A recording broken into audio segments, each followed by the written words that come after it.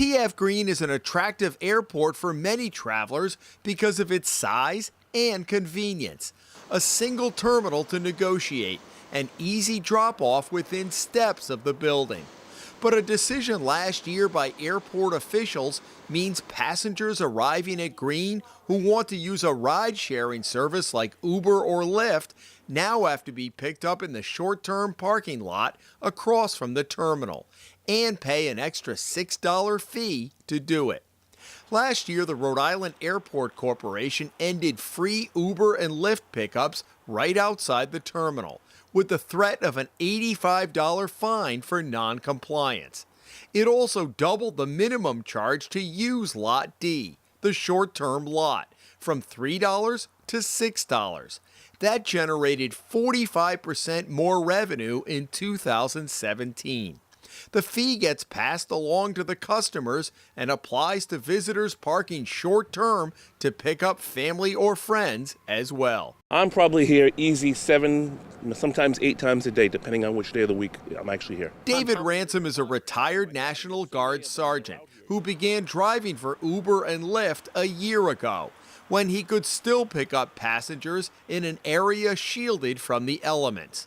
While arriving passengers only have a 2-minute walk to get to his location in the short-term lot, Ransom says it's still not as convenient. You still got to walk across the street, in the rain, in the snow, whatever, just to get out here. And obviously this time of year it's very, very cold.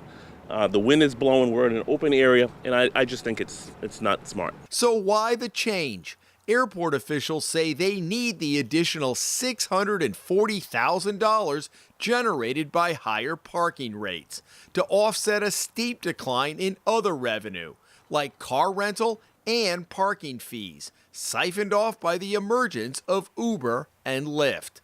The transportation network companies, TNCs as they are known, and some passengers are crying foul, saying it sends the wrong message to people visiting Rhode Island for the first time. Michael McMullen, a businessman from Providence who often flies in and out of Green, told us, quote, "They talk about making Rhode Island a friendlier place to do business. That's one of the things that's unfriendly. It's not so much about the money, but the message it sends out." The days of taking exclusively the taxi to the airport or parking your car for a week in long-term parking, they've changed that game, and in fact, it's impacted our revenue significantly. Airport spokesman William Fisher said federal law mandates that TF Green and all airports across the country be self-sufficient financially, receiving no taxpayer subsidies. The two main sources, airline fees and other revenues like concessions, parking, and rental car fees. And you're trying to find a balance between the consumers and the prices you're charging and making sure that you're in a position to be competitive and attract airlines here. And what we've done in the past year and a half is attract airlines here. We brought 5 airlines to TF Green, and 2 of them international, and we also added 16 nonstop routes in about a year. A spokeswoman for Uber tells the Hummel report that Green Airport has the highest pickup fee of any airport in the country. But Fisher says that's not the whole story, because TF Green does not charge for drop-offs. Their assertion is that TF Green has the highest pickup rate in the country at $6. Right. And your response is? And our response is that there are plenty of higher rates when you combine pickup and drop-off rate at other airports. We are competitively priced. There is no drop-off fee for passengers coming to the airport, and I think it is common sense to assume that most folks that take an Uber here are leaving on an Uber, and because of that, we have to capture the revenues that they have impacted in other areas. It's just that simple. Clearly, Uber and Lyft have changed passenger practices. Rental car fees were down $450,000 last year alone.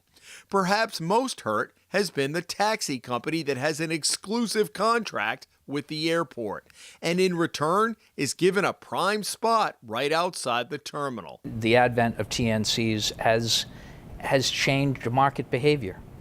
In a 10-year period, we've seen a decrease from 70,000 taxi runs a year to 50,000, 30% drop. The Uber drivers are assigned space in the northern end of the short-term lot. Many are in and out of the airport 8 or 10 times a day. That's a $6 fee for every visit. Carlos Gomez says the airport should consider a compromise. How can I say $6 for even 2 seconds? The minute you put a foot in your lap, it's this $6. So it does impact some of the business. You think it's unfair? Yeah, I think it's unfair. They should have at least let's see, a monthly pass that you can pay every month. You know So you can come in as much as you want, right? Yeah, and just pay one monthly fee.